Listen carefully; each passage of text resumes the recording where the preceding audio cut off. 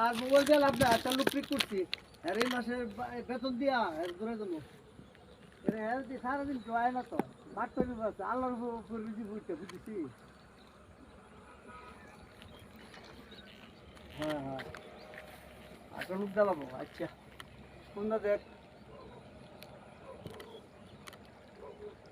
আপনার মোবাইল থেকে ধরাচ্ছে।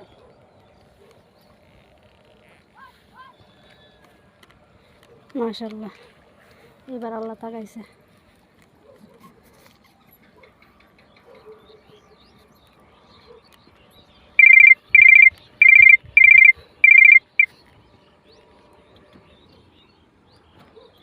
পুষ্করির মধ্যে প্রচুর মাছ।